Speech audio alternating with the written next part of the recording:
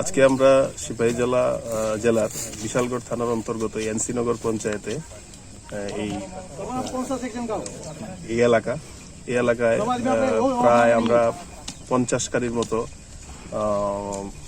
জায়গা, যেটার মধ্যে গাঁজা প্লান্টেশন করা হয়েছিল ইলিগালি, সেটা আমাদের যৌথ অভিযান সংগঠিত করা হয়েছে। বিশালগড় থানা, সিআরপিএফ 71 ব্যাটালিয়ন মিলে আমরা যৌথ অভিযান করে প্রায় 50 কানি জায়গাতে প্রায় 1 লক্ষ ম্যাচিউর গাঁজা গাছ আমরা ধ্বংস করেছি।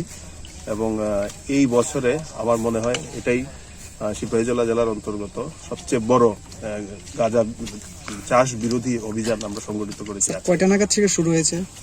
আজকে সকাল 6:30 7টা থেকে আমরা এখানে শুরু হয়ে গেছে। এখনো চলছে, আরো কিছুক্ষণ চলবে। আমাদের এই প্লটটা আপনারা যেটা দেখতে পাচ্ছেন, এটা আমরা শেষ করে আমাদের আজকের অভিযান এখানে শেষ করে আমরা ফিরব। স্যার, এর সঙ্গে যুক্ত কাউকে কি অ্যারেস্ট বা ডিটেইন করা গেছে স্যার?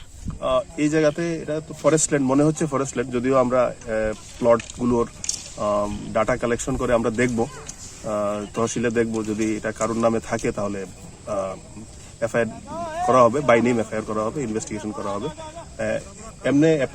এমনিতে মনে হচ্ছে এটা ফরেস্ট ল্যান্ড।